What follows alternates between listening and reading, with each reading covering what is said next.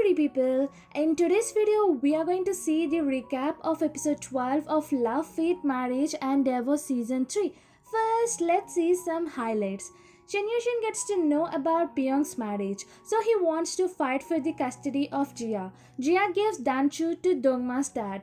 Moonho and Ejong realize that Bo Hairong is possessed by Songwen's ghost. Songwen exposes Bo Hairong's infertility to Sahyun's parents.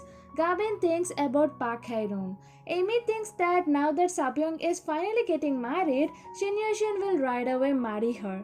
Highlights are interesting, right? So why late? Let's begin!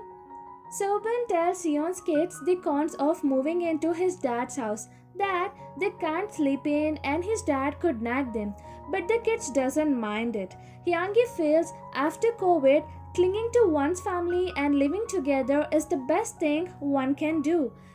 Jia also gets happy to move in while Sapyeong warns her not to get too happy seeing Mr. So as he's still mourning for the loss of his wife. Dongma meets Piyoung and expresses his regret of not introducing her to his mother. As she comforts him, he says, "You're all I have and I'll be devoted to you." He hugs her and kisses her on her forehead. Sahyun's parents ask Bo Hairong to plan for a child. Songwon possessing Bo Hairong says about the fertility issues and talks as if it's nothing. It makes Moonho think that Bo Hairong divorced Sahyun knowing that she couldn't get pregnant, but acted as if she was doing them a favor and took all she wants. Ejong expresses how she talks just like Songwon, and both of them get goosebumps thinking that Songwon possessed Bo Hairong. The next day, they test Bo Hairong for being possessed by Songwen's ghost or not. Seeing how Bo Hairong's palate changed and her appetite increased, they decode that she is possessed by Songwen's ghost. While Moonho wants to call Shamam, Ejong objects it, thinking that what if Bo Hairong returns to herself and decides to leave Sahyun? Very selfish of her. After gathering information about Piyoung's marriage, Amy happily goes to Gabin and feeds her the dish she cooked and breaks the news of Piyoung's marriage, saying that finally Shin need not feel guilty for his daughter Jia and he can happily marry her. Which earns her a congratulatory message and a compliment that being a wife suits her more than an actress. I feel the writer complimented and dissed Amy at the same time. Gabin tells Amy how she teared up seeing Bo Hairong and Sahyun walking down the aisle because Bo Hairong's face was overlapped with that of Songwen's. Knowing that Sahyun was happy, she curses him and calls him bastard and says how could he be that brazen, that too in front of Namgabin. And she also adds that though she wants to visit Jongbin, she will not because she dislikes his parents too.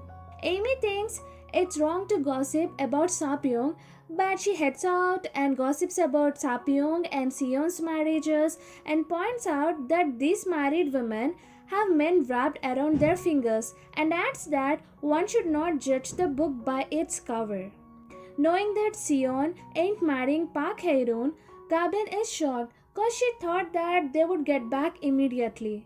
To be honest, Sion is not Gabin to take back, the man who threw her as if she meant nothing. Later, while playing piano, Gabin thinks how Dongma dumped her, for whom she ditched Park Hae-roon, and how she dumped Park Hae-roon, who ditched his family for her. Feels like she might get thoughts to get back with him. Well, they suit each other because they are those people who burn the boats after crossing the river. A happy Amy goes to Shin hospital and jokes about feeling dizzy and nauseous. She then breaks the news of Piyoung's marriage, causing him to rush to Piyoung's house in anger, where he demands Piyoung to give him the custody of Jia or else he will sue her for the custody because he cannot let his daughter be raised by a stepdad and says that he will never marry Amy. Piyoung in angry tigress mode challenges him. If he hires 5 attorneys, she will hire 10, and if he hires 10, she will hire 20, but she will make sure to not to let him raise their daughter Jia. She then kicks him out of her house saying that he ain't welcome there. An angry and sulky Shin meets Park Hae-roon in the hope of pulling out the details of Piyoung's groom via Leesaboo, but she doesn't pick Park Hae-run's calls, and Hae-run is sure that after what all he did, his wife will never pick his calls. Piyoung tells Jia that her opinion matters and her dad might fight for the custody of her. Jia is calm and assures her mother not to worry as she will be with her. Dongma's dad cries like a baby and tells Dongma how him telling that his mom would get heart attack and collapse knowing about his marriage came true. Dongma assures his father to call him whenever he wants and he will be there for him. Sahyun makes breakfast for bubae Rong and thanks her for cutting down her work in order to stay more at home. Shin goes to Sahyun's office. Sahyun tells him not to file the case for custody, instead talk to his wife as more than parents the kids will suffer in the cases for custody. But Shin is adamant to grab Jia's custody, so Sahyun tells him to see if the stepdad has anything that calls for his disqualification. Shin is confident, thinking that he definitely has something and that's why his wife did not tell the details of her groom. He then requests Sahyun to find out about the guy from bubae Rong. From bubae Rong, Sahyun gets to know about Sapyung marrying the youngest son of SF Electronics while Lee Seon the oldest son. He couldn't stop saying, sometimes real life is more dramatic. Knowing about Shin Yushin's decision to sue Piyoung for the custody of Jia, Dongma steps in and he meets Shin Yushin. Shin Yushin is adamant to not to give up on Jia's custody. Knowing that Dongma is younger than Piyoung and is rich and never married, Shin Yushin thinks, is he crazy? He could have found someone better. He then straight away rejects and disqualifies Dongma to be the stepdad of Jia as he has no experience of raising a child. Dongma tells him that he is ready to take care of Jia and that he already accepted her as his daughter and she grew on him.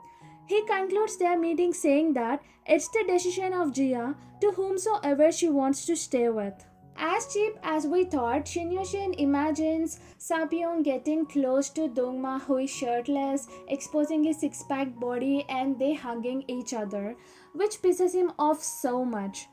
At Shin Yushin's house, Amy, being the BBC, tells the news of Piyoung's wedding and then Seon's wedding with Mr. So, causing Dongmi to reminisce the bad memories she had with Soobin, where he beat her up instead of kissing as she expected.